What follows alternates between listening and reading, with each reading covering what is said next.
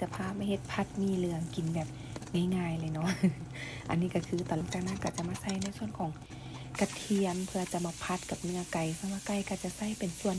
ของไก่เนาะแล้วก็ปรุงรสตามมักเลยก็คือมีผงนัวผงปรุงรสซอสหอยสิมักเลยเนาะหลังจากที่ว่าไก่สุกแล้วถึงจะมาใส่ในส่วนของปีที่เขาซอยแบบนี้เนาะอันนี้หมักตอนน้อยตอนใหญ่ก็ได้ แล้วก็ใส่อันนี้จะเป็นถั่วงอกเนาะอันนี้ก็หมักเอามาผัดแซ่บหลังจากนั้นก็จะตามด้วยมีเหลืองแต่ว่ามีเหลืองในนี้จะบ่เหมือนมีเหลืองบ้านเฮาเนาะอันนี้ค่อยจะใส่เป็นเส้นของแบบกับมีเหลืองแท้ๆเลย